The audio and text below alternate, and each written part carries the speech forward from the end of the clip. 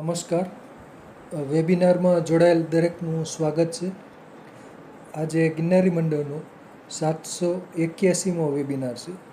વક્તા છે ખડસુપા અને સુરતના ડૉક્ટર બાબુભાઈ નાકરાણી સાહેબ, જેઓ આપણને ઔષધ નિર્માણ ભાગ 3માં ઔષધ નિર્માણ વિશે વધુ માહિતી આપશે. ઔષધ નિર્માણ ભાગ 3. ડૉક્ટર બાબુભાઈ નાકરાણી સાહેબને વિનંતી કે તેઓ પોતાનું વક્તવ્ય હવે શરૂ કરી શકે છે. નમસ્કાર સાહેબ. જય ધન્વંતરી.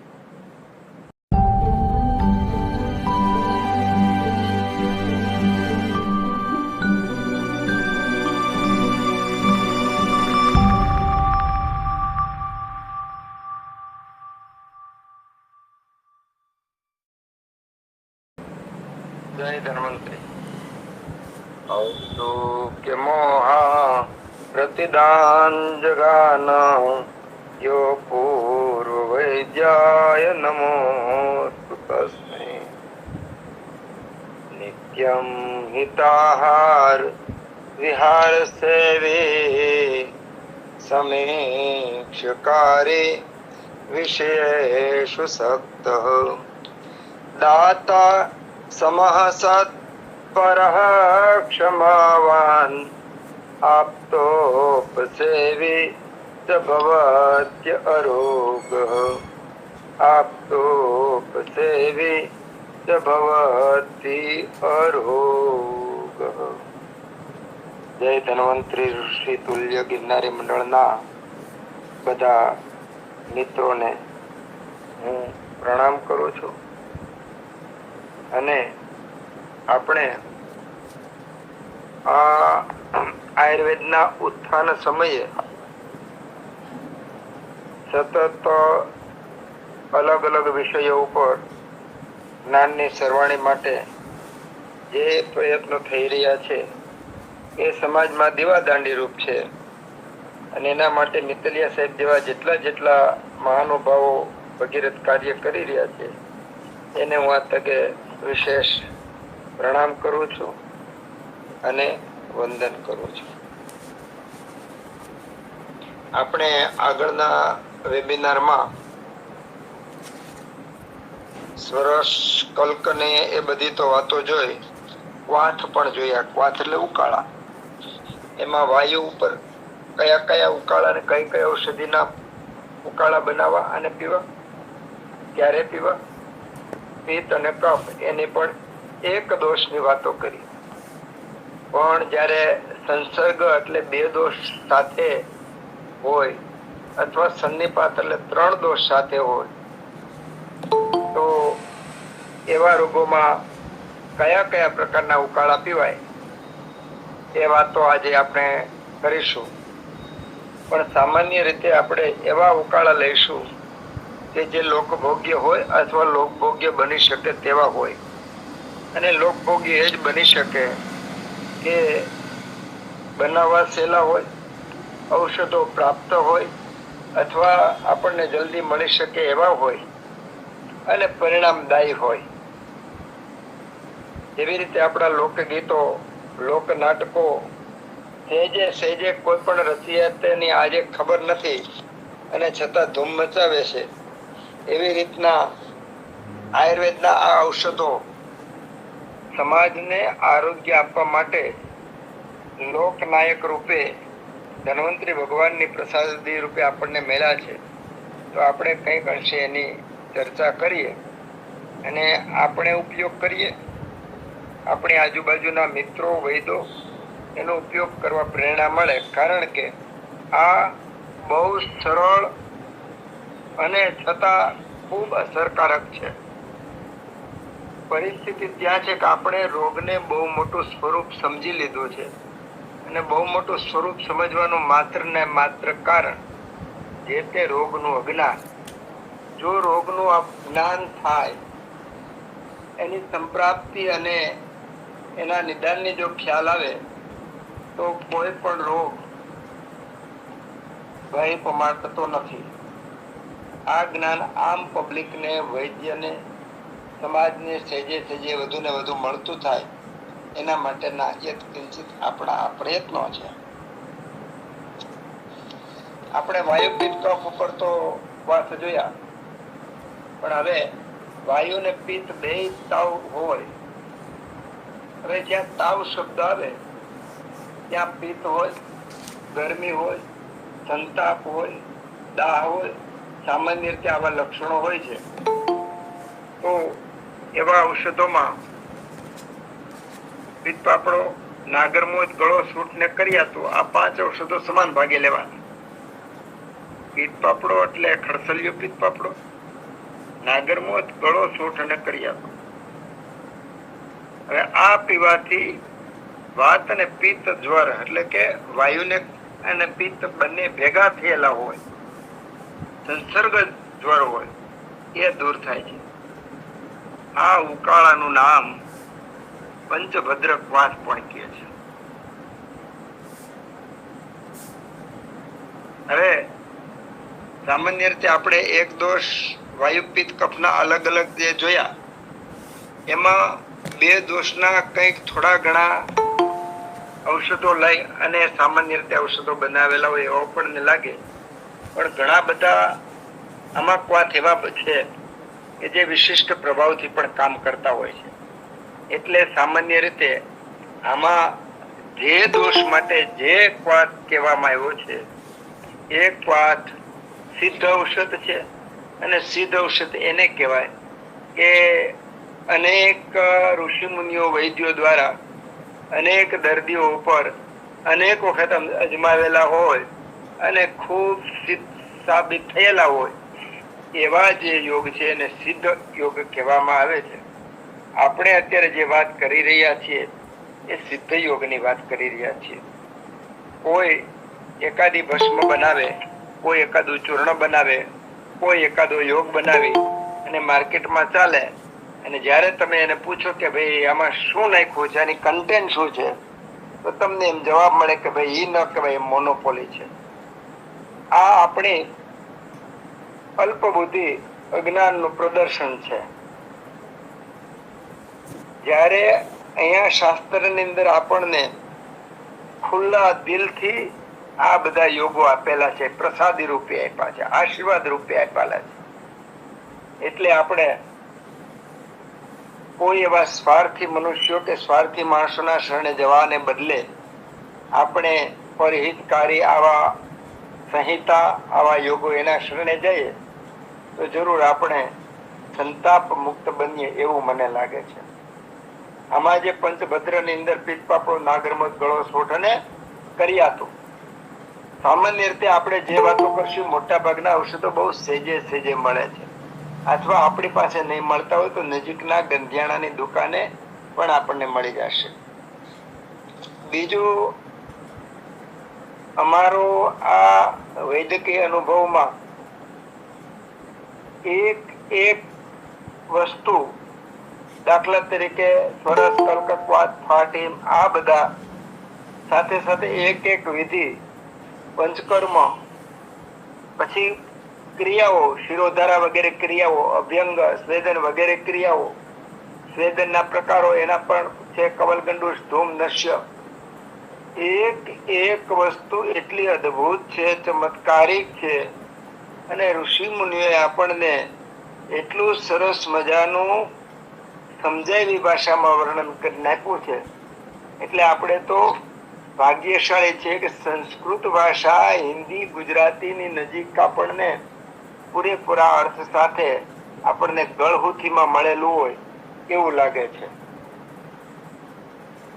આ વાત આપણે વાત અને પિત્ત જ્વરની. હવે સામાન્ય રીતે આપણે લક્ષણો જોઈ લઈએ એટલે ખ્યાલ આવશે કે વાયુમાં સામાન્ય રીતે દુખાવો હોય, પિત્તમાં બળતરા હોય અને કફમાં ભારે પડવો, આળસ ને મોહ હોય. ત્યારે જે લક્ષણો પ્રધાન હોય ત્યારે એ લક્ષણ યુક્ત રોગ સમજવાનો. એ 2 લક્ષણો ભેગા હોય તો 2 દોષ યુક્ત સમજવાનો. 3 લક્ષણ યુક્ત હોય ત્યારે 3 દોષ વાળો સમજવાનો.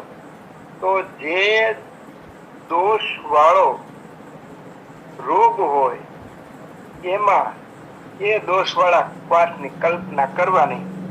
એટલા માટે આ વાત કરી છે કે એક એક વાતમાં આપણે એક એક દોષનું વર્ણન નહીં કરવું પડે અને બહુ લંબાણ પૂર્વક વાત ન ચાલે એટલા માટે આપણે અહીંયા દિશા સૂચક રૂપ અંગુલી નિર્દેશ કરેલો છે. કફ અને વાત અને કફ નો તાવ હોય તો એમાં બેઠી ભોરીગણી, ચોટ, ગળો અને પુષ્કર મૂળ આ 4 ઔષધો સમાન ભાગે લેવાના. સામાન્ય રીતે પુષ્કર મૂળ આપણે બાગ બગીચામાં એમ કદાચ આપણે જોઈએ છીએ, પણ જેવી રીતે અરડુસી મળે સેજે અવેલેબલ નથી અને સામાન્ય રીતે વિશ્વાસપાત્ર પુષ્કર મૂળ મેળવવું મુશ્કેલ છે. એમાં પુષ્કર મૂળના પણ ખૂબ બધા નામો છે. દાખલા તરીકે પુષ્કર મૂળ, પૌષ્કર, પદ્મવર્ણ, પદ્મકર્ણ, પદ્મપત્ર મૂળ, પદ્મકર્ણ, પુષ્કરણી, પુષ્કર શિખા, વીર પદ્મપત્ર, પદ્મપુણ્ય, આમ ઘણા બધા એના નામો છે. સુલગ્ન છે, સુમૂલગ્ન, શુર વૃક્ષરૂહ, પુષ્ટભેદ, આવા એના ભળતા નામ. તો આ જે આપણને પુષ્કર મૂળ છે એને બદલે ભારંગ મૂળ એ ઘણા વૈદ્યો પણ લે છે. અને જ્યારે આપણને ભારંગ મૂળ કે પુષ્કર મૂળ નહીં મળે તો એની અવેજીમાં આપણે કરિયાતું પણ લઈ શકીએ. સામાન્ય રીતે કફાજરમાં આ બધા ઔષધોની હારે જો કરિયાતું લેવામાં આવે તો વધારે સારું પરિણામ મળે છે. કફાજરની અંદર સામાન્ય રીતે નબળાઈની સાથે આળસ થતી હોય, બગાસા આવતા હોય, અરુચિ હોય, અજીર્ણ હોય, થકાન વધારે લાગતી હોય, શરીર ભારે લાગતું હોય, આવા લક્ષણો હોય ત્યારે આ વાતનું સેવન કરવું. અત્યારે સરસ મજાના પીળા ફૂલ આપણે જયારે નીકળીએ તો શેઢે પાળે મળે, સડકની બાજુમાં મળે અને એનું નામ છે આરગવત એટલે ગરમાળો. અત્યારે સરસ મજાનું ફ્લાવરિંગની એની સિઝન છે. એનું એક નામ નક્તમાલ છે. નક્ત એટલે રાત્રે. રાત્રે જાણે કે માળાની જેમ શોભાયમાન હોય અને આકાશને માળાથી શોભાયમાન કરે એવું જે વૃક્ષ છે એ આરગવત છે. આ આરગવત વાત પણ વાત કફ જ્વરને દૂર કરે છે. આમ અને અશ્વરને એટલે આમ હોય, અજીર્ણ પછી આમ હોય અને આમને કારણે પેટમાં દુખાવો થતો હોય એના શૂળને પણ તત્કાલિક મટાડી દે છે. એ પ્રયોગ પણ બહુ સારો છે, સરળ છે અને અવેલેબલ ઔષધો દ્વારા છે.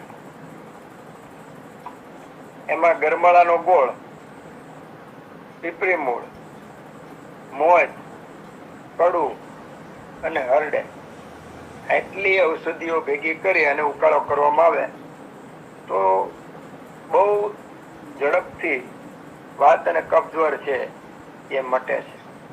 આ આમનું સ્વર પણ મટી જાય છે. હવે જ્યારે જ્વર શબ્દ આવે ત્યારે જ્વરની પક્વ અવસ્થા બાદ જ ઔષધ આપવાના એવું વિધાન છે. એટલે કફજવરની અંદર 12 દિવસ પછી, પિત્તજવરની અંદર 7 અને વાતજવરની અંદર 3 થી 5 દિવસ પછી ઔષધ આપવાનું. અને ત્યાં સુધી કફવાળાને લંગર, પિત્તવાળાને શીતળ પ્રવાહી સાથે લંગર અને વાયુવાળાને મગના પાણી જેવા અલ્પ જલ્દી પચે એવા લઘુ આહાર સાથે લંગર. આ વિધાન પણ આપણે સમજી લેવાનું. હવે આ ઉકાળો છે ને બહુ ચમત્કારી છે. આ ઉકાળા પર કદાચ આપણે 1-2 કલાક વાત કરીએ ને તો પણ ઓછી છે. કારણ કે આ ઉકાળો એ પથરી થઈ હોય, એપેન્ડિક્સ હોય, વિદ્રદી હોય, પછી એક્યુટ એબ્ડોમિનલ પેન એટલે કે બહુ સિવિયર દુખાવો થતો હોય પેટનો, તો આ રોગની અંદર સામાન્ય રીતે ડોક્ટર બને ત્યાં સુધી ઓપરેશન કે સર્જરીની સલાહ આપતા હોય છે. અને જો આ ઉકાળાનું સેવન કરવામાં આવે તો આ સર્જરીમાંથી ખૂબ બધા બચી ગયા છે અને આપણે પણ એનો પ્રયોગ કરીને નિર્ભય રીતે દર્દીને બચાવી શકીએ છીએ. પણ આ ઉકાળા પહેલા સામાન્ય રીતે દર્દીને લંઘન કરાવવું જોઈએ જ્યારે આમ છૂળ હોય ત્યારે, અને ગરમ પાણી પીવાનું, અને શેક કરવાને કારણે એનો દુખાવા પણ રાહત થાય છે. અને આ ઉકાળો થોડી માત્રામાં અડધો તોલોની માત્રામાં ઉકાળો કરીને પાવામાં આવે તો દર્દીને ધીમે ધીમે કરતા 2-3 વખતમાં પેટ સાફ થવા માંડે છે, વાયુનું અનુલોમન થવા માંડે છે, સોજો ઉતરવા માંડે છે અને દુખાવો ગાયબ થઈ જાય છે. જો અનુભવ હોય અને ધીરજ રાખવામાં આવે તો કહેવાતા મોટા મોટા પેટના રોગો પણ આ ઉકાળો મટાડી દે છે. આંતરડું સડી ગયેલાના પણ જે નિદાન થયેલા હોય એમાં પણ આ બહુ સારામાં સારું ઉપાય છે. કારણ આરગવત એટલે ગરમાળો છે એ રોપણ કર્મ સાથે નિત્યતા છે, એનામાં સાથે સાથે અનુલોમન કરે છે, સાથે સાથે મળને બહાર કાઢે છે, અને સાથે પીપરી મૂળ, મુસ્તક, કડું, ઔષધોનું કોમ્બિનેશન એટલું સરસ મજાનું છે કે એકબીજાની સાઈડ ઇફેક્ટ એકબીજાને કર્યા વગર એકબીજા ગુણની વૃદ્ધિ થઈ અને કામ કરે છે. એટલે આ ઉકાળો ગોખવા જેવો છે, આનો પ્રયોગ કરવા જેવો છે. ગરમાળાનો ગોળ, પીપરી મૂળ, મોજ, કડું અને હરડે. અત્યારે કડું એટલે કટોકી થોડી મોંઘી છે, પણ આ પ્રયોગ જ એટલો સરસ છે કે જેના કારણે 50,000ના 20,000ના ઓપરેશન કરાવવા કરતા આ ઔષધિને આ ઉકાળો પીવો વધારે સારો છે. પછી પિત્ત જ્વરની અંદર જયારે ગરમીનો તાવ હોય, પિત્તનો તાવ હોય, એની અંદર સરસ મજાનો ઉકાળો છે. એમાં અમૃતા એટલે કે ગળો, લીમડાની આંતરછાલ, કડું, નાગરમોજ, ઇન્દ્રજાવ, સૂંઠ, પટોલપત્ર અને લાલ ચંદન, આ બધા ઔષધોને ભેગા કરી અને એનો ઉકાળો કરવાનો, અને એમાં લીંડી પીપળનું ચૂર્ણ નાખી અને પીવાનું. લીંડી પીપળનું ચૂર્ણ છે પ્રક્ષેપ દ્રવ્ય તરીકે લેવાનું છે. અને આ પિત્ત જ્વરનો જે છે એની સાથે સાથે માની લો કે ઉલટી થતી હોય, અરુચિ હોય, હૃદયનું ગભરામણ થતું હોય, દાળ ને તરસ થતી હોય, એ બધા રોગનો નાશ કરે છે. એક ઉકાળાની અંદર ઘણા બધા ઔષધો હોવાથી વૈદ્યની અલ્પ બુદ્ધિ હોવા છતાં પણ સારામાં સારા પરિણામો આપે છે. એટલે આ ઉકાળો પિત્ત જ્વરની અંદર, એટલે કે ગરમીમાં પિત્ત જ્વરમાં તો અપાય, પણ પિત્તની વૃદ્ધિમાં પણ બહુ સહેજે આપી શકાય એટલો સરસ છે. ફરીવાર મને રિપીટ કરવાનું મન થાય છે કે એમાં ગળો, લીમડાની આંતરછાલ, કડું, નાગરમોટ, ઇન્દ્રજાવ, સૂંઠ અને પટોલપત્ર અને રક્તચંદન, આની અંદર લીંડી પીપળનો ચૂર્ણ ઉમેરવાનો છે ઉકાળો બન્યા પછી. આ અમૃતાદી કાઢા જે છે એ પણ બહુ સરસ પરિણામદાયક છે પિત્ત જ્વરની અંદર. અને પિત્ત કફ જ્વરમાં જેમાં પિત્ત ને કફ બેયનું કોમ્બિનેશન હોય એવાની અંદર પટોલપત્ર, લાલચંદન, મોરવે, કળું અને પાઠા અને ગળો, આ ઔષધો જો પીવામાં આવે તો પિત્ત કફના તાવ, પિત્ત કફના રોગો, ઉલટી, બળતરા એટલે કે રક્તના પ્રકોપને કારણે, પિત્તના પ્રકોપને કારણે આવતી કંડુ એટલે કે ખંજવાળ, અને ખાસ તો વિષ બાધા એટલે આપણે ગરવિષનો સામાન્ય રીતે જે ઉલ્લેખ થયેલો કે જેમાં સૂક્ષ્મ રીતે વિષને કારણે શરીરની અંદર ઉષ્ણતા થાય અને જ્વરની ઉત્પત્તિ થાય છે, એવા તાવની અંદર પણ આ ઉકાળો બહુ સારામાં સારી રીતે કામ કરે છે. એક વેબિનારમાં આપણે ષડંગ પાનીય આ બધું વર્ણન કર્યું હતું. એ બધા દ્રવ્યો મોટા ભાગે આ પિત્તજમાં અને પિત્તવાતની અંદર બહુ સહજ ને સરળ રીતે વાપરી શકાય છે. આપણે આજુબાજુમાં અત્યારે ઉનાળો છે અને આ ઉનાળામાં તમે ખેતરમાં જાઓ કે નદીમાં જાઓ, ખેડૂતની ઉસરેટી ઉપર જાઓ, ખેડૂતના શેઢે પડે જાઓ અને ભોરીંગણી અત્યારે દર્શન દેવા માટે જાણે કે મળવા માટે આતુર હોય એવી રીતે અત્યારે દેખાય છે. અને એનો ઉકાળો એવું કહેવામાં આવે છે સર્વજન બધા પ્રકાર વાયુ પિત્ત બધા તાવમાં કામ કરે છે. તો એમાં મોટી ભોરીંગણી અને નાની ભોરીંગણી, કંટકારી અને બૃહતી, પછી સૂંઠ, ધાણા અને દેવદાર, આ 5 વસ્તુને ભેગી કરી જો આપવામાં આવે તો તમામ પ્રકારના તાવ દૂર કરે છે. અહીંયા પ્રશ્ન એક આપણને એ થવો જોઈએ કે વાયુના અલગ, પિત્તના અલગ, કફના અલગ, વાત પિત્તના, કફ પિત્તના, વાત પિત્તના બધા જો અલગ અલગ યોગો આપ્યા છે, તો પછી આ યોગમાં એવું કહેવામાં આવ્યું છે કે તમામ પ્રકારના જ્વર એટલે કે તાવને દૂર કરે છે. તો એટલા બધા યોગો શા માટે આપ્યા? તો આપણે શું કામ એટલી બધી મહેનત કર્યા જો એકથી કામ સરી જતું હોય તો? પણ શાસ્ત્રની અંદર વિવેક બુદ્ધિ આપી છે. વૈદ્યની બુદ્ધિ, સમય, કાળ, દર્દીની ઉંમર, આ બધું જોયા પછી વૈદ્ય નક્કી કરવાનું કે કયું ઔષધ કે એના માટે હિતકર છે, અહિતકર છે.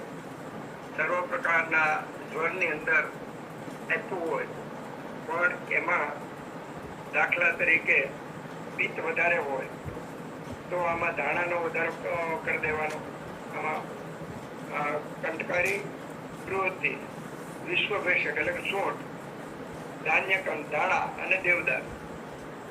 આ ઉકાળાની અંદર દાખલા તરીકે જો પિત્ત વધારે હોય તો ભોરીંગણીનું પ્રમાણ ઘટાડી દેવાનું અને ધાણાનું પ્રમાણ વધારે દેવાનું.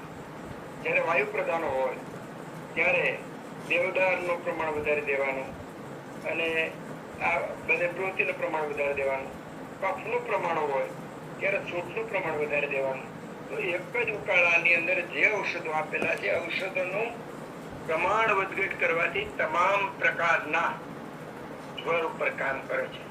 એટલે આપણે વિવેક બુદ્ધિથી એક સરખું પ્રમાણ ના રાખતા જે રોગમાં જે ઔષધ જ્યારે કામ કરવું જોઈએ એવું કામ કરવા માટે જે ઔષધની માત્રા છે આપણે યત્ન બુદ્ધિથી વધઘટ કરી અને કાર્ય કરવું જોઈએ.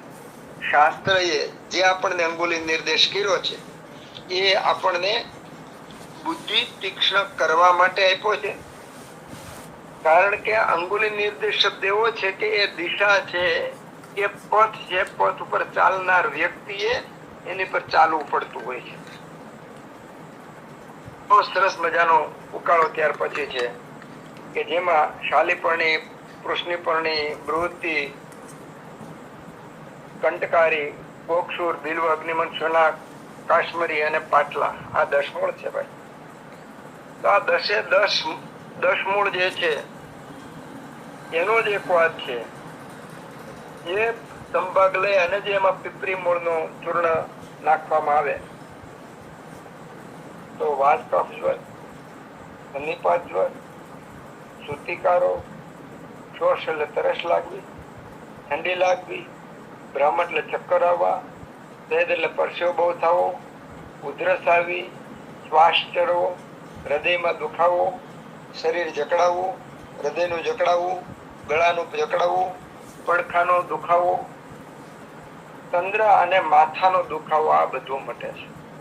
એનું કારણ છે કે 10 મૂળના ઔષધો વાયુ પર તાત્કાલિક રામબાણ ઇલાજ છે. આ 10 મૂળની ઔષધિઓ લેવાની, પણ એમાં પેલી જે 5 છે કે કંટકારી, બૃહતિ, ગોક્ષુર, શાલપર્ણી ને પૃષ્ણીપર્ણી, આ લઘુ પંચમૂળ જે છે એને પંચાંગ લેવાનું છે. અને આ તાવ અને એવું તો બધું મટાડે, પણ 10 મૂળનો બીજો ઉપયોગ, વધારે ઉપયોગ સામાન્ય રીતે સોજાઓ પર અને દુખાવો પર, સાંધાના વગેરેના દુખાવો પર પણ ખૂબ સારો ઉપયોગ છે. આજે 10 મૂળ સામાન્ય રીતે મળવું મુશ્કેલ છે એના ઘણા બધા કારણો છે. જે ઔષધિઓ દાખલા તરીકે આપણને ગાંભારી ખૂબ મળે છે, બિલ્વ થોડી થોડી મળે છે, શ્યોનાક પણ મળે છે, પાટલા મહેસાણા બરોડા એ સાઈડ જઈએ તો ત્યાં પાટલા મળે છે. પછી ગોખરું તમારે જોતા પરબની બાજુ જાઓ, ગારિયાધર બાજુ જાઓ, પછી દરિયાકાંઠે તમે માધવપુરની બાજુ જાઓ તો ત્યાં તમને ગોખરું વધારે મળશે. બેઠી બોરીંગણી સૌરાષ્ટ્રમાં કે ભારતમાં બધી જગ્યાએ નદી કાંઠે, ઉતરેતીમાં, શેઢે પાળે બધી જગ્યાએ આપણને અત્યારે મળશે. ઊભી બોરીંગણી સામાન્ય રીતે દરિયાકાંઠે માધવપુરની સાઈડ વિશેષ મળે છે, ઉનાની બાજુ વિશેષ મળે છે. પણ ઘણી જગ્યાએ એમ પણ ઊભી બોરીંગણીનું શેઢે પાળે બી ખરી જાય તો ઉગે છે. તો 10 મૂળનો ઉપયોગ કરવા આ સમયમાં મળવા મુશ્કેલ છે, પણ જ્યાં જ્યાં ખેડૂત મિત્રો કાઢી લેતા હોય, જ્યાં જ્યાં હોય ત્યાં આપણે જો જાણ કરેલી હોય તો આપણને સેજે સેજે આ બધી ઔષધિ મળી જાય.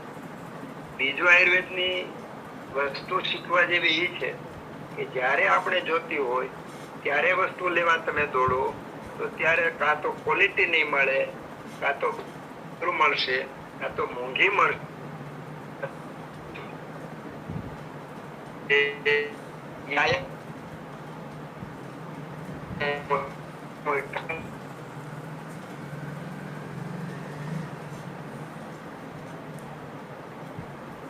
ભોરીંગણી મળી તો ભોરીંગણી લીધી, સરપંખો મળી તો સરપંખો લીધો.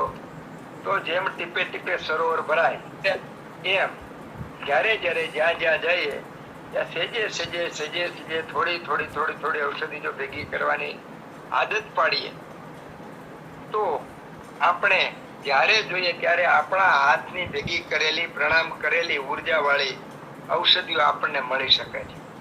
એટલે વૈદ લોકોએ, વૈદ મિત્રોને આ પણ એક આચરણમાં મૂકવા જેવું સારામાં સારું પગલું છે કે ગાંધીને ત્યાંથી મજબૂરી હોય મગાવી પડે તો જરૂર મગાવી પડે, એમાં કઈ વાંધો નથી.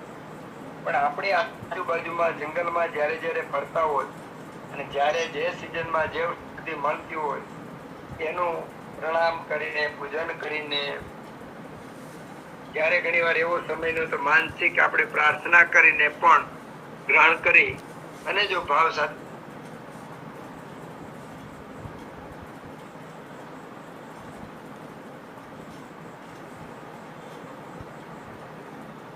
હાથની બનાવેલી રસોઈ એનું બાળક કે પતિ જમે તેને ખૂબ આનંદ થાય છે.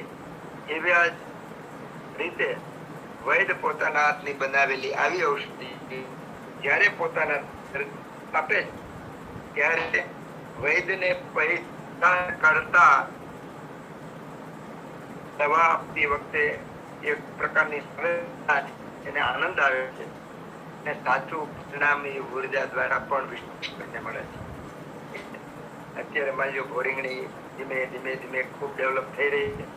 તો જ્યારે લઈ લે માસો પણ ઘણો બધો આપણને જોવા મળશે. તો તે જ્યારે જે ઔષધિઓ આપણને ઔષધિ છે જે આપણને ભાદરવા મહિનામાં જ મળતી હોય, ઘણી ઔષધિઓ છે આપણને બીજું વિશેષ ધ્યાન રાખવાનું છે. ઔષધિ સંગ્રહની પણ બહુ મોટી વાત છે, પ્રમાણે કરીશું. પણ સામાન્ય રીતે ભેજ લાગવાની શરૂઆત થવાની છે, એટલે જે લોકોએ ઔષધ નિર્માણ કરવાનું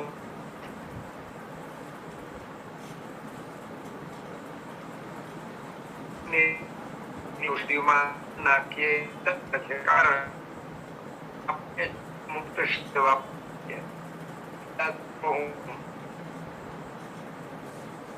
પ્રણામ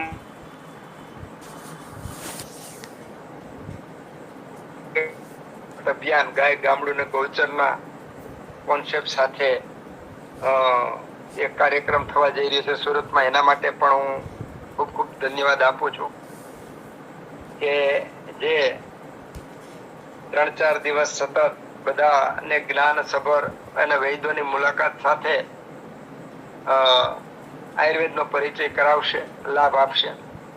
આવા તો ખૂબ બધા પ્રકલ્પો ચાલે છે. માની લો કે સુરતની અંદર જ આર્યમ બહુ સરસ મજાનું ગ્રુપ જે વૈદિક સંસ્કૃતિના ઉત્થાનનું કામ કરે છે. શાર્દુલ જે વૈદિક સંસ્કૃતિનું, વૈદિક ગુરુકુળનું નિર્માણ કરી અને બાળકોને સ્કૂલે મોકલ્યા વગર સારામાં સારું અભ્યાસ પણ કરાવે છે. આપણે વચનાથની અંદર ફતેહસિંહ એ ગુરુકુળની જેને મુલાકાત લીધી એને પોતાની અંદર અહોભાવ થયા વગર રહી નહીં શકે અને સતયુગ જાણે કે પૃથ્વી પર હાજર જ છે એવો અનુભવ થાય. મૂળદની અંદર આપણે નામદેવ કે જે અત્યારે આજુબાજુના ગામડાની અંદર આયુર્વેદ અને પડીકાથી બાળકોને દૂર રાખવા, બાળકોની અંદર બુદ્ધિ શક્તિનો વિકાસ થાય, સંસ્કૃતિનો વિકાસ થાય, એના માટે સતત મયંકભાઈ વગેરે કામ કરી રહ્યા છે. આમ આગળ હાલો તો ભાવનગર બાજુ આપણા મહેન્દ્રસિંહજી છે. આમ આગળ હાલો તો ઉનામાં આપણા પાતાભાઈ દમણિયા છે. આમ ધોરાજી બાજુ જાવ તો આપણા મેહુલભાઈ સંઘાણી છે. તો દરેક જગ્યાએ જાણે કે ધ્રુવ તારકો અત્યારે ચારે બાજુ ઝગમગી રહ્યા છે. એનો અર્થ એવો થયો કે આ બધી દીવાદાંડીઓ છે અને આ બધી દીવાદાંડીઓ યત કિંચિત પ્રયત્ન કરી અને સમાજને આયુર્વેદ અભિમુખ, વેદની, વૈદિકની પરંપરાને અભિમુખ કરવા માટે સતત પ્રયત્નશીલ છે. તો આ કાળ સુવર્ણ કાળ કહેવાય કે જેમાં બધા પરિબળો એક સાથે એક દિશામાં કામ કરતા હોય અને એ પણ આપણા માટે ખૂબ સારી વાત છે. આ દશમૂળનો ક્વાથ તમામ પ્રકારના રોગો ઉપર આપી શકાય, કારણ કે એ દુખાવો તો તરત દૂર કરે છે. અને રોગનું બીજું નામ જ પાપમાં છે, દુઃખ છે. એટલે દુઃખ હોય એટલે તો જ માણસ છે એ દવા પાછળ આવે. અને દુઃખ મટાડવા માટે રામબાણ ઘણા બધા ઔષધોમાં ઉત્તમ ઔષધ આપણને જો મળતું હોય તો દશમૂળ. મૂળ વાત એ હતી કે દશમૂળ સેજે સેજે મળવું અઘરું, પણ જો હરતા ફરતા આપણે એનો સંગ્રહ કરતા રહીએ તો દશમૂળ આપણે શુદ્ધ અને સારી રીતે ભેગા કરી શકીએ, દર્દીને આપી શકીએ. ઘણી વાર ગાંધીની દુકાનેથી સીધું તમે દશમૂળ લેશો તો એમાં 10 મૂળમાં 2 કે 3 ના મૂળ હશે, બાકી તો કોના ખબર કોના જેવા પેલા હશે અને તમે દર્દીને આપો પરિણામ ન મળે. એટલે આપણે આયુર્વેદથી અંતરથી દુખી થાય. પણ જો આપણે હાથે મેં કીધું બનાવેલા હોય 10 મૂળમાંથી મળે 10 કદાચ ન હોય તો 1-2 ન મળે તો પણ સારામાં સારા પરિણામદાયક છે. એટલે વૈદ્ય મહેનતું થાવું, અભ્યાસુ થાવું, વિદ્યાર્થી થાવું, સંવાદો કરવા, આવી ચર્ચામાં ભાગ લેવો અને તો અને માત્ર તો જ આપણી વૈદ્યની અંદર સાત્વિક ગુણ, પરોપકાર ગુણ વધે તો આપણે સમાજને વધારે રોગમુક્ત થવા માટે મદદરૂપ થઈ શકીએ. કારણ કે સ્થૂળ શરીરથી જ કાર્ય નથી થતું, સૂક્ષ્મ શરીર એના કરતા વધારે કામ કરે છે. યશ્ય ગૃહે નાસ્તિ માતા તસ્ય માતા હરિતકી એવું આપણે શાસ્ત્રમાં છે અને એનું નામ છે હરડે. આ હરડે ઔષધિ પણ એટલી બધી છે ઉત્તમ કે ખૂબ બધા રોગોને હણવા માટે સક્ષમ છે. એનો પણ એક ઉકાળો છે કે જેમાં અભિયા એટલે કે હરડે, મોસ્તકલે નાગરમોત, ધાણા, લાલ ચંદન, પદ્મકાષ્ઠ, અરડુસી, ઇન્દ્રજવ, સુગંધી વાળો, ગળો, ગરમાળો, પાઠા, સૂંઠ અને કડું, આ બધા ચૂર્ણને હરખા ભાગે ભેગા કરી અને એમાં જો લીંડી પીપળનું ચૂર્ણ નાખવામાં આવે તો ત્રિદોષ જ્વર એટલે સન્નિપાત જ્વર, પછી તૃષા એટલે તરસ, દા એટલે બળતરા, કાસ એટલે ખાંસી, પ્રલાપ એટલે બકવાટ, શ્વાસ અને તંદ્રા એટલા આ બધા દૂર કરે છે. આ ઉકાળો છે એ ખૂબ દીપન અને પાચન છે. સંડાસ, પેશાબ રોકાઈ ગયા હોય તો એને નિવૃત્ત કરે છે, અનુલોમન કરે છે, વાયુનું અનુલોમન કરે છે, ઉલટી, તરસ, અરુચિ વગેરે જેવા રોગોને પણ મટાડે. એટલે એક વાત ઘણા બધા રોગોને મટાડવા માટે સક્ષમ છે. પણ અહીંયા થોડી વાત એ પણ આપણે કરી લઈએ કે એક ક્વાથમાં એવું કીધું આપણને કે સ્ત્રીદોષને મટાડે છે, તરસને મટાડે છે, બળતરાને મટાડે છે. તો થોડું ઘણું વૈદ્ય પોતાની બુદ્ધિથી જરૂર પડે તો આગળના ક્વાથમાં આપણે વાત કરી એમ ઔષધનું પ્રમાણ થોડું ઘણું વધઘટ કરી શકાય છે. તો જેવા લક્ષણો, જેવો દોષ, એવો વાતની અંદર આપેલા ઔષધોનો આપણે ચયન કરી અને ઉપયોગ કરીએ તો ભયંકરમાં ભયંકર કહેવાતા રોગો કે જે હોસ્પિટલમાં 5 દિવસ દાખલ થાય, ઉલટી ન મટે અને એનું કારણ અજીર્ણ હોય, અજીર્ણ હોવા છતાં દર્દીને આઈસ્ક્રીમ ખવડાવે, દર્દીને દૂધ પાય, દર્દીને જ્યુસ પાય, બાટલા ચડાવે, 5-5, 6-6 ગોળીઓ આપે અને રોગ દિવસે દિવસે વધતો જાય. આવો જ દર્દી જો ઘેરે આવા ઉકાળા પીવે લંઘન કરીને તો કોઈ પણ પ્રકારની સાઈડ કે ઇફેક્ટ કે ઉપદ્રવ થયા વગર સેજે હાજો થઈ જાય. એટલે આપણે આ જે મિત્રો આપણે અત્યારે સાંભળીએ છીએ એને આ વાતનો પ્રસાર ને પ્રચાર કરવાનો. આપણા ઘરમાં જ્યારે આવા રોગની કઈ તકલીફ થાય અને આપણે ઉપયોગ કરીએ અને રોગમુક્ત થાય તો આપણને જે આત્મવિશ્વાસ આવે એ પછી ભવિષ્યમાં કાયમ માટે આપણને ઉત્સાહ પ્રેરક થાય છે.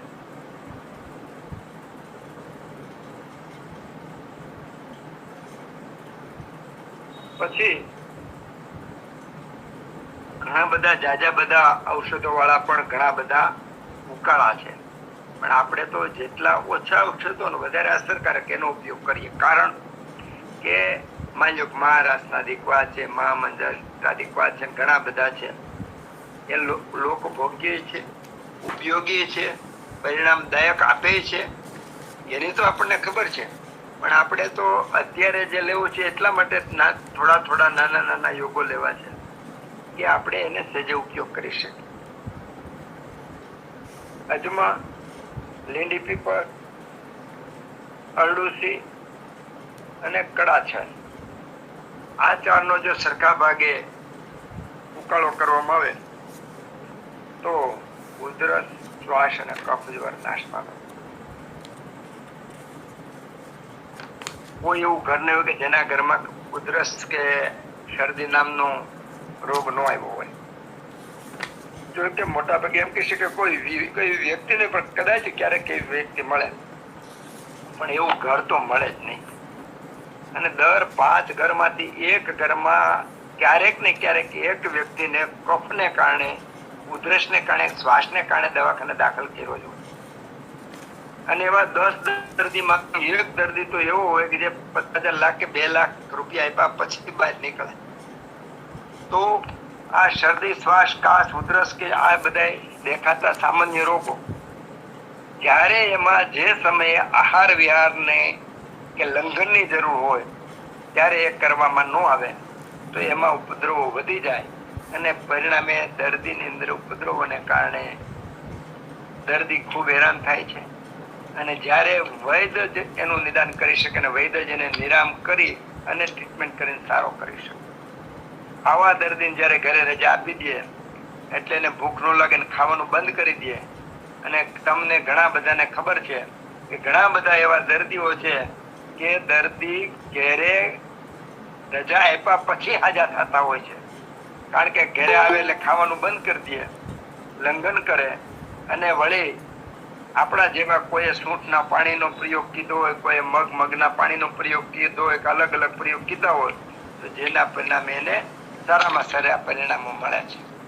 એટલે આપણે તો એ જોવાનું કે સેજે હસતા હસતા, રમતા રમતા રોગો કેમ દૂર થાય એ સમાજમાં નિર્માણ કરવા માટેનો આપણે યત્કિંચિત પ્રયત્ન કરવાનો છે.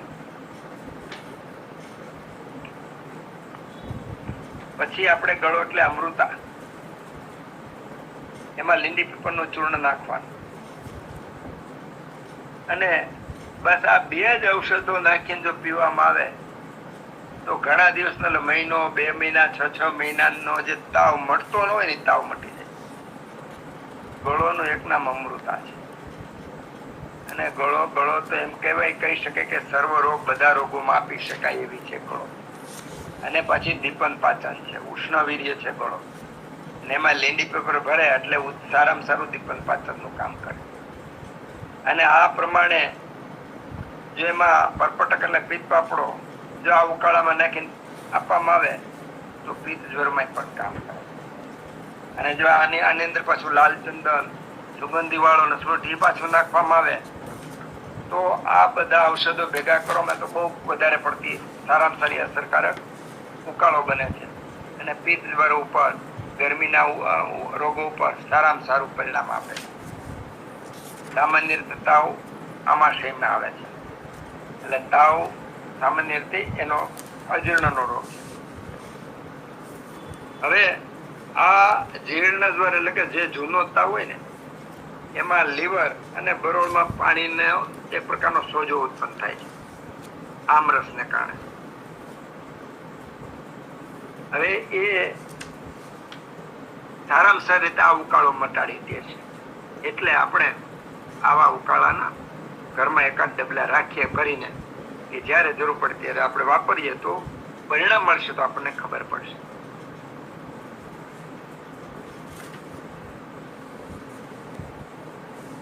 નિધિક્તિકા. નિધિક્તિકા નામ કોનું છે? બેઠી ભોરીંગણીનું. એમાં કોઈ એને રીંગણી કે કોઈ ભટ્ટ રીંગણી કે કોઈ ભોરીંગણી કે તો આ બેઠી ભોરીંગણી આજે આપણે બધા ઓળખીએ છીએ. તો બેઠી ભોરીંગણી, ગળો અને હોઠ, ખાલી આ ત્રણ જો ઔષધ ભેગા કરી લેવામાં આવે અને એમાં લીંડી પીપળનું ચૂર્ણ નાખી અને પીવામાં આવે તો શ્વાસ, ઉધરસ, પછી ફેશિયલ પેરાલિસિસ, જૂનામાં જૂનું હડકમ, અરુચિ, હાથ ફાટી જવો, બેહી જવો, ગળું બેહી જવું, પડખાનું સૂળ કે પેટનું સૂળ અને જીર્ણ જ્વર, આ બધાનો નાશ થાય. આમાં બેઠી ભોરીંગણી તો લખ્યું જ છે, પણ ઓબી ભોરીંગણી પણ જો એડ કરવામાં તો વધારે સારું કામ કરે છે. હવે અહીંયા એક સૂચન નહીં કરવામાં જ ભોરીંગણી શબ્દ લેતા કે ભોરીંગણીને સામાન્ય રીતે પંચાંગ લેવાનું. કારણ કે ઘણા ભોરીંગણીના ફળનો ઉપયોગ કરે છે. ભોરીંગણીના ફળ છે ને એ વીર્યનો રેચનું કામ કરે છે. આ વીર્યનો રેચ થાય એટલે વીર્ય ધાતુ ક્ષય થાય. ધાતુ ક્ષય થાય અને એના કારણે વાયુની વૃદ્ધિ થશે તો ફાયદાને બદલે નુકસાન થશે. એટલે જ્યાં જ્યાં સ્પેશિયલ કહેવામાં આવ્યું હોય ત્યાં જ ભોરીંગણીના એકલા ફળનો ઉપયોગ કરવાનો, નહીતર ભોરીંગણી પંચાંગ જ લેવાની. જે ઉપરોક્ત આપણે જે વાતો કરી એ વાતોનું જે ફળ આપ્યું એટલા રોગોમાં એ તો કામ કરે. આમ આપણે જોયું કે સાદા આપણી આજુબાજુની ઔષધિઓ આવા રોગો મટાડે છે અને અમે મટાડીએ છીએ, મટાડ્યા છે એટલે આત્મવિશ્વાસ સાથે આ વાતો આપણે લીધી છે અત્યારે. અને કદાચ માની લો 12 ઔષધોના નામ લઈએ, એમાં 2 ઔષધ એમાં મુખ્ય ઔષધ તો હોવું જોઈએ, પછીના 2 ન હોય તો ગમે એમ ના ગમે નાખી નહીં દેવાના, 2 વગેરે પણ પરિણામ આવે છે. જો કે દોષના પ્રમાણેના જે જરૂરી ઔષધો છે કે નથી એ આવી છે. બીજું એક વિષમજ્વર. વિષમજ્વર ની અંદર આપણે જોયું એકાંતરીયો હોય, ત્રીજે દિવસે આવતો હોય, ચોથે દિવસે આવતો હોય, 24 કલાક આવતો હોય. તો આવા તાવની અંદર બેઠી ભોરીંગણી, ધાણા, સૂંઠ, ગળો, નાગરમોહન, પદ્મકાષ્ઠ, રક્તચંદન, કરિયાતુ, પરવળ, અરડુસી, પુષ્કરમૂળ, કટુકી એટલે કડું, ઇન્દ્રજવ, લીમડાની આંતરછાલ, પિત્ત પાપડો, આ બધા ઔષધો લેવાના. અને આ બધા ઔષધોનો ઉકાળો કરી અને પીવામાં આવે તો વિષમજ્વરના ઘણા બધા પ્રકારો છે. બધા પ્રકારના વિષમજ્વર માટે છે. કારણ કે વાયુ પિત્ત કફનું ઉત્તમ રીતે બેલેન્સ કરે છે, આમનો નિરામ બનાવે છે, અજીર્ણનો નાશ કરે છે અને પાછું બળ આપે છે.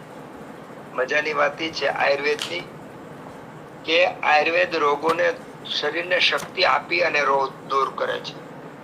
સ્વસ્થ દમયંતો જ્વરે. અને આના જેવા ઉકાળા જે છે એ પછી આપણે નાગરમોત તો આપણે બધાએ જોઈ છે, કારણ કે અત્યારે હું જે બોલી રહ્યો છું એ સામાન્ય રીતે આપણે શિબિરો દ્વારા જોયું હોય, અથવા ગંધિયાણાની દુકાને જોયું હોય, અથવા આપણે ઘરે લાવીને પ્રયોગ કર્યા હોય, એવાનું આપણે બેઠી પોરીંગણી, ગળો, સોઠ અને આમળતા, આ 5 વસ્તુ ભેગી કરવાની, સમાન ભાગે લેવાની અને ઉકાળો કરવાનો. ઉકાળો કર્યા પછી હળવું ઠંડુ થઈ જાય ત્યારે મધ ને લીલી પીપળનું ચૂર્ણ નાખવાનું અને એ પીવાથી વિષમ જ્વર મટી જાય. હવે અહીંયા પ્રક્ષેપ દ્રવ્ય અથવા અનુપાન શબ્દ વાપરીએ તો પ્રક્ષેપ દ્રવ્ય જે છે એમાં મધ અને લીલી પીપળ છે. એ 2 કફનો નાશ કરે, પાછું દીપન પાચન કરે, વાયુનો નાશ કરે છે. એટલે મુખ્ય ઔષધિની સાથે સાથે જે આ પ્રક્ષેપ દ્રવ્ય છે અથવા અનુપાન છે એ પણ ઘણું બધું કામ કરતું હોય. જે કામ ઘણીવાર મોટા નેતા ન કરી શકતા હોય એ કામ એનો પીએ કરી શકતો હોય, અથવા એનો સામાન્ય કાર્યકર પણ કરી શકતો હોય. એના એક વાત અમારે અહીંયા નવસારી બાજુ પરવળ ખૂબ થાય છે. એમાં કટુપટોલ આપણને જંગલમાં તો મળે જ છે. તો કટુપટોલ, ત્રિફળા એટલે કે હરડે, બેડા ને આમળા, લીમડા ને આંતરચાલ, દ્રાક્ષ અને ગરમાળાનો ગોળ ને અરડુસી, આટલી ઔષધિઓ જો ભેગી કરી લેવામાં આવે અને ઉકાળો કરવામાં આવે તો દરરોજ તાવ આવતો હોય, ઘણા સમયથી તાવ મટી જાય. હવે બીજો પ્રશ્ન તમારા માંથી ઘણા ને આ બધા ઉકાળા જે છે, ઉકાળા પીવા કે આપણે ક્યારેક ક્યારેક પીએ રાખીએ તો ચાલે? તો તમારા જે અંતર્મનનો પ્રશ્ન છે ખૂબ સારો પ્રશ્ન છે, અને એનો જવાબ એમ આપી શકાય કે પહેલા તો આપણે દરેકે આપણી પ્રકૃતિ ઓળખવી જોઈએ પહેલું. બીજું, વિરુદ્ધાહાર વિશે એવી વાત કરેલી છે કે જેમણે અભ્યાસથી સતત ઔષધોનું સેવન કરી અને શરીરને મજબૂત બનાવ્યું હોય, સામ અવસ્થાને નિરામ બનાવી હોય, અગ્નિને પ્રદીપ્ત કર્યો હોય, એવી વ્યક્તિને વિરુદ્ધાહાર તાત્કાલિક પરાભવ કરી શકતો નથી. એ જ ન્યાયથી આ બધા ઔષધો છે એ આપણી પ્રકૃતિ અનુસાર માની લ્યો કે આપણને કફ પ્રકૃતિ છે, તો કફ પ્રકૃતિની અંદર જ્યારે જ્યારે કફનો પ્રકોપ થવા કાળ હોય એની પહેલા જો ઔષધોનું સેવન કરી લેવામાં આવે તો કફનો પ્રકોપ ન થાય. પિત્ત કે વાયુ, આ બધામાં આ જ બુદ્ધિથી, આ જ ન્યાયથી એનો ઉપયોગ કરી શકાય. તકલીફ ન હોય તો પણ ફેર એટલો છે કે જ્યારે આપણને જે રોગગ્રસ્ત થયા હોય ત્યારે એ પરિણામ ઘણીવાર 7 દિવસ કે 30 દિવસ કે એવું પીવું પડતું હોય છે. અને જ્યારે દોષોની બહુ વૃદ્ધિ ન થઈ, માત્ર થોડું બેલેન્સ કરવા માટે 1-2 ડોઝ અથવા 1-2 દિવસમાં જ સારામાં સારું બેલેન્સ થઈ જાય છે. બુદ્ધિશાળી વ્યક્તિ એને કહેવાય કે જે વ્યક્તિ તકલીફ પડે, રોગ ઉભો થાય એની પહેલા રોગ ન થાય એના માટે પ્રયત્ન કરી બુદ્ધિશાળી કહેવાય. અને એને આપણે રોગગ્રસ્ત થયા ત્યારે ઔષધનો, વૈદ્યનો, હોસ્પિટલનો સહારો લીધો તો એ મજબૂરી કહેવાય. તો મજબૂતીની સાથે જો કામ કરવામાં આવે આપણે નિત્યમ હિતાહાર વિહાર દેવી સમીક્ષકારી વિશેષ સત્ત દાતા સમહ સત્પરઃ ક્ષમાવાન આપતો પસેવી ચ ભવતી અરોગઃ. આટલી વસ્તુનું જે સેવન કરે છે, જે પાલન કરે છે એ ભવતી અરોગઃ, ક્યારેય રોગને પામતો જ નથી, એટલે કે નિરોગી રહે છે. એટલા માટે આપણે અહીં એવી વાત કરી કે રોગ થવા પહેલા ઋતુ અને આપણી પ્રકૃતિ પ્રમાણે પણ આપણે આ ઔષધોનું થોડો સમય સેવન કરીને પણ રોગને આવતો અટકાવી શકીએ છીએ.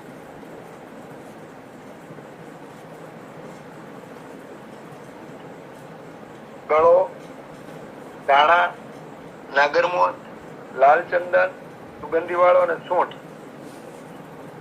આટલા ઔષધો ભેગા કરવામાં આવે અને મધ અને સાકર સાથે લેવામાં આવે તો એ ભયંકરમાં ભયંકર તરસ, ડાવ એ બધાને તો મટાડે છે, પણ તૃતીયક નામનો જ્વર પણ મટાડે.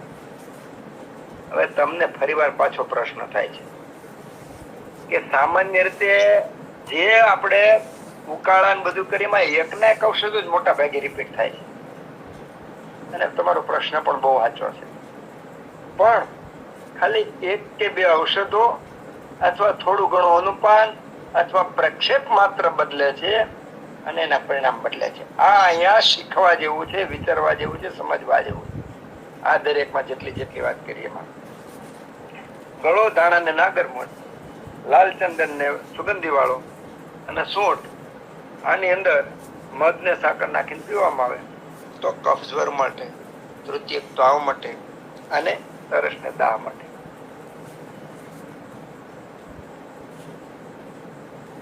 અને દેવદારૂ, હરડે, અરડુસી,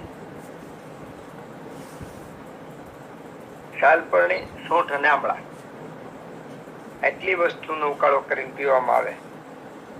જો મધ ને આકર ભેળવીને પીવામાં આવે તો ચતુર્થક ત્વા એટલે ચોથા દિવસે આવતો તાવ, ઉધરસ, ખાંસી, શ્વાસ આ બધું તો મટે, પણ અગ્નિ પ્રદીપ્ત થાય છે. આમ ખૂબ બધા ઔષધો આપણને આપેલા છે, ખૂબ બધા ઉકાળા આપણને આપેલા છે. આપણને ગયા વખતે જોયેલું કે ઉકાળા નહીં આખી બુકો ને બુકો છે, એમાં લગભગ જે ઉકાળા આપણે 5-10 ના આપણને નામ ખબર છે, એમાં આપણે વાપરતા હોય 2-4 જ વાપરતા હોય, પણ બધા ઉકાળાઓ જે છે એ સિદ્ધ યોગ છે. અને આ સિદ્ધ યોગનો ઉપયોગ જો કરવામાં આવે તો આપણે આગળ વાત કરીએ નવા મોટા રોગના નખાતા બીજનું નિર્માણ ન થાય, નવા રોગો ઉત્પન્ન ન થાય અને તંદુરસ્ત રહીએ. એવી જ રીતનો બીજો એક સરસ મજાનો પ્રયોગ છે. એમાં સૂંઠ, ઇન્દ્રજવ, સાગરમોદ અને અતિવિષની કળી ને ગળો, આ 5 ઔષધો સંભાગે લઈ અને ઉકાળો કરીને પીવાનો તો આ જ્વરના અતિસારમાં દૂર થાય. માની લો ઘણી તાવ આવે તો ભેગા ઝાડા જ ચાલુ થાય અને જ્વર અતિસાર કહેવાય. જ્વર અતિસારમાં આમાં એક બહુ સરસ મજાની ઔષધિ નામ આવ્યો અતિવિષની કળી, એને અતિવખ પણ કહે છે. અતિવિષનો ભાવ અત્યારે તો ખૂબ ઊંચો છે, લગભગ 12-15 હજાર રૂપિયા કમસે કમ કિલોનો ભાવ છે.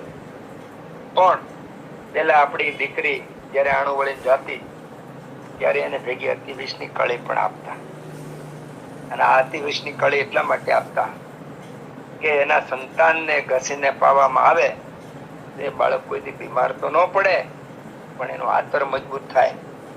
જેવું આતર ચોખ્ખું, જેવું આતર મજબૂત, એવો એનું અપાન વાયુ પ્રમાણસર ને પ્રાણવાન હોય. તે પ્રાણની સાથે ભળી અને જેવું આતર એવું એનું મગજ હોય. હવે આપણે જરાક જોવું હોય તો ખ્યાલ આવે કે જેવું આતર એવી આંખો, જેવું આતર એવી જીભ, જેવું આતર એવું દાંત. કહેવાનો અર્થ એવો છે કે તમે દાંત જોવો ને એટલે આતરમાં કેટલી મલિનતા છે, કેટલો મળ છે આપણને ખબર પડે. જીભને જોઈએ એટલે સીધે સીધું આતરનું દર્શન થઈ જાય, આંખને જોઈએ એટલે આતરનું દર્શન થઈ જાય. અને આતરનું દર્શન થાય એટલે એની સીધે સીધી ઇફેક્ટ મગજ ઉપર પડતી હોય છે, મન ઉપર પડતી હોય છે. એટલે મોટા ભાગના વૈદો એકાદ લક્ષણ પછી સીધે સીધું 5-25 કે 50 લક્ષણો બોલી જતા હોય છે દર્દીના, અને દર્દીને આશ્ચર્ય થઈ જાય છે કે આ વૈદરાજને આટલું બધું કેમ જ્ઞાન થાય છે. પણ આ તો સૈદ્ધાંતિક જ્ઞાનની પ્રવાહ છે આયુર્વેદિક, અને સિદ્ધાંત ઉપરથી વૈદ દોષ ઉપરથી નિદાન કરી અને બધા લક્ષણોને પામી જાય છે. અને એનો બીજો ફાયદો એ થાય છે કે દર્દીને વૈદ્ય ઉપર પરમ વિશ્વાસ બેસે છે અને પછી જે વૈદ્ય સારવાર કરે છે દોષ પ્રમાણે તેનું સારામાં સારું પરિણામ મળે છે. એટલે આવા પરિણામો મેળવવા માટે જ્ઞાનની સાથે સાથે જે શાસ્ત્રની અંદર સંહિતાની અંદર આપેલા છે એવા સિદ્ધ પ્રયોગોનો જો ઉપયોગ કરવામાં આવે, સિદ્ધ અને સાદા પ્રયોગોનો ઉપયોગ કરવામાં આવે. અહીંયા આપણે જોયું આટલા બધા ઉકાળાની આપણે વાત કરી, આપણે ક્યાંય ભસ્મોની વાત નથી કરી. સામાન્ય રીતે જ્યાં તમારે સોયથી કામ પતતું હોય ત્યાં તલવારનો ઉપયોગ કરવો જોઈએ નહીં. અહીંયા કાષ્ઠ ઔષધિની વાત છે. કાષ્ઠની અંદર જીવ છે, આત્મા છે, ચેતન છે. ચેતન જ ચેતનને ચેતનવંતુ બનાવી શકે, આ નિયમ છે. તો ઘાણેકરની દ્રવ્ય ગુણ વિજ્ઞાન જો કોઈ વાંચે તો એને કાષ્ઠ ઔષધિ ઉપર એટલો બધો અગાઢ પ્રેમ બંધાઈ જાય કે પછી ભવિષ્યમાં ક્યારેય એને બીજા કોઈ ઔષધની જરૂર ન પડે અને કાષ્ઠ ઔષધથી અસાધ્ય કહેવાતા રોગોને પણ મટાડી શકે. એટલે કાષ્ઠ ઔષધનો ઉપયોગ અહીંયા આપણે વિશેષ કરીને લઈએ છીએ, કારણ કે કાષ્ઠ ઔષધ પહેલા તો મેળવવું સહેલું છે, બનાવવું સહેલું છે, સાચવવું સહેલું છે, કિંમતમાં સસ્તું છે. દર્દીને આપીને દર્દીને તાસીરને સાચમાં થઈ જવું સરળ છે.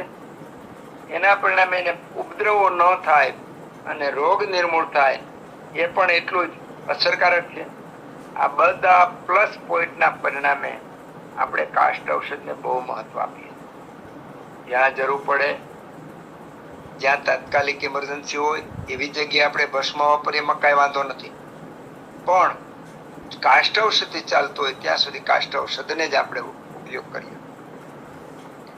ભસ્મની વાત કરી તો સામાન્ય રીતે તમે માર્કેટની અંદર લ્યો તો ભાગ્યે જ કોઈ એવી કંપની મળશે કે જેમાં તમને ભસ્મો 4 ગુણથી પરીક્ષાથી પાસ થયેલી મળે. ભસ્મને 4 પરીક્ષા કરી અને પછી વાપરવી જોઈએ. કે જે ભસ્મ વારીતર હોય એટલે કે પાણી પર તરી શકે, તરતે પાણી નાખો ને તરવી જોઈએ, ડૂબી ન જાય, ડૂબે નહીં. રેખાપૂર્ણત્વ, આંગળી ને અંગૂઠા વચ્ચે તમે એને લગાડો તો આપણી જે આંગળીની રેખાની અંદર ભરાઈ જવી જેટલી બારીક હોવી જોઈએ. નિશ્ચંદ્રીકરણ, તમે સૂર્યપ્રકાશમાં એ ભસ્મને તમે લઈ જાવ તો ચમકતી ન હોવી જોઈએ. અને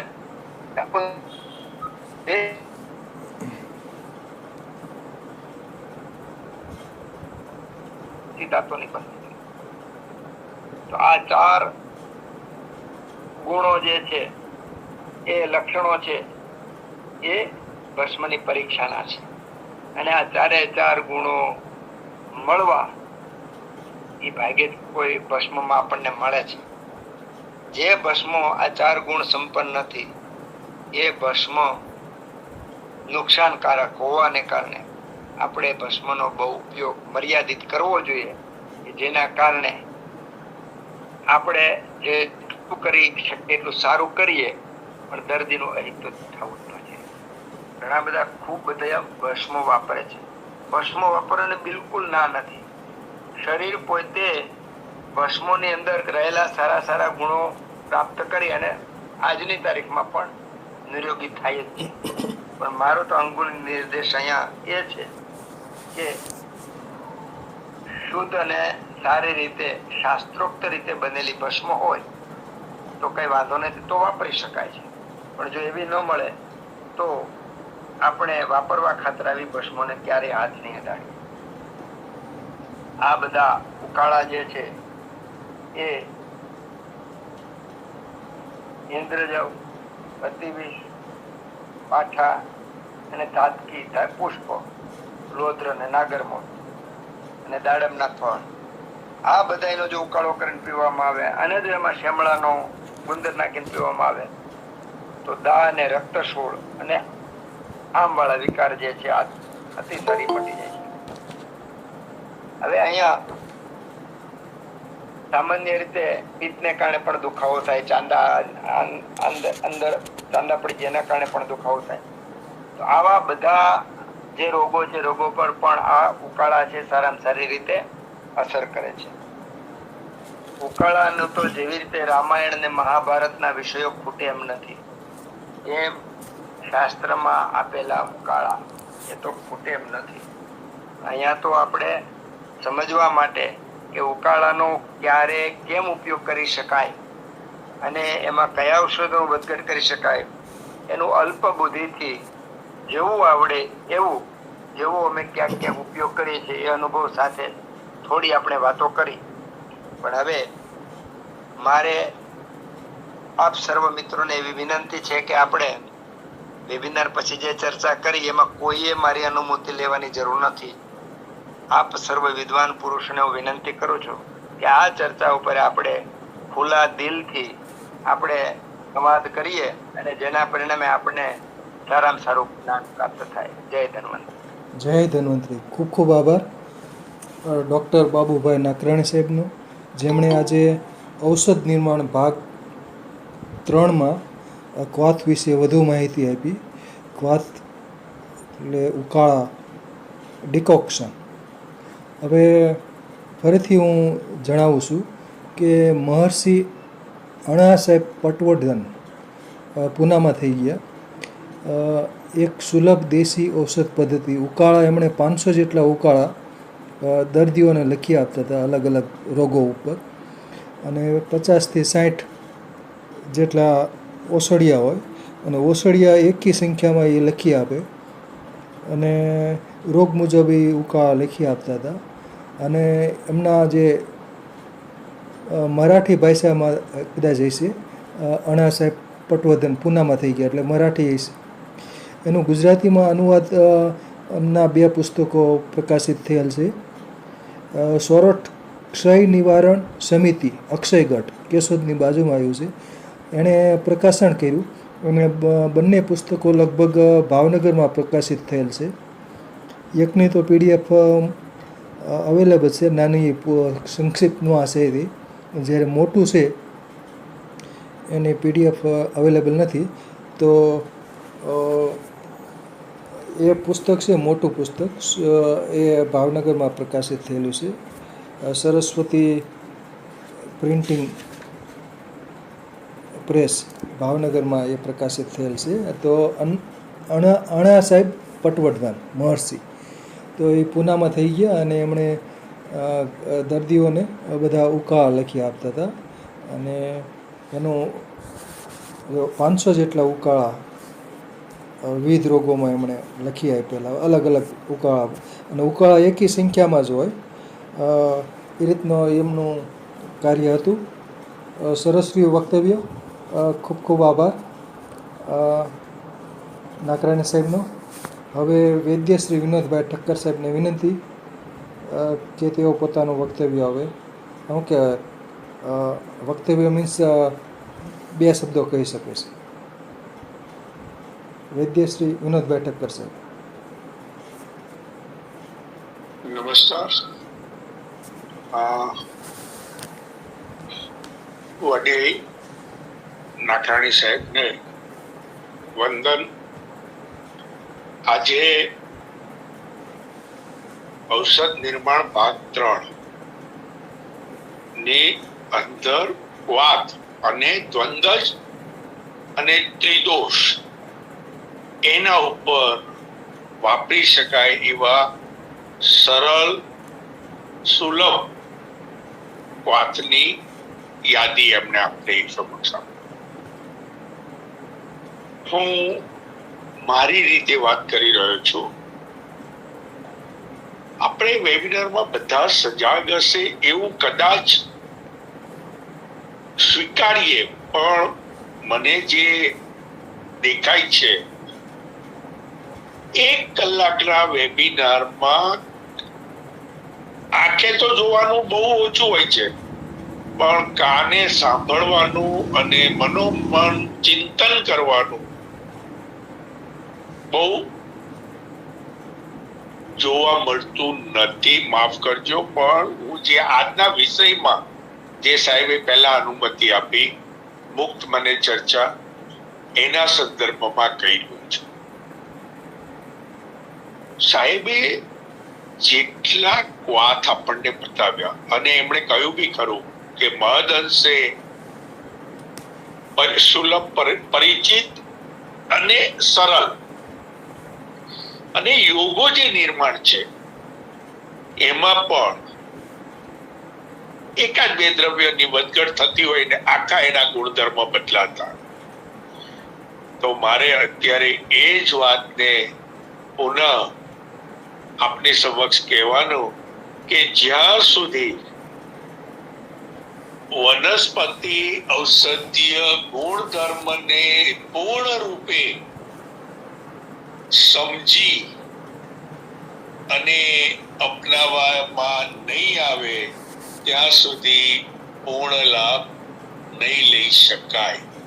બીજું, સાહેબે એક વાતમાં જે અતિવિષની વાત કરી એ તો શિશુ ભૈષજ્ય છે. એકલું અતિવિષ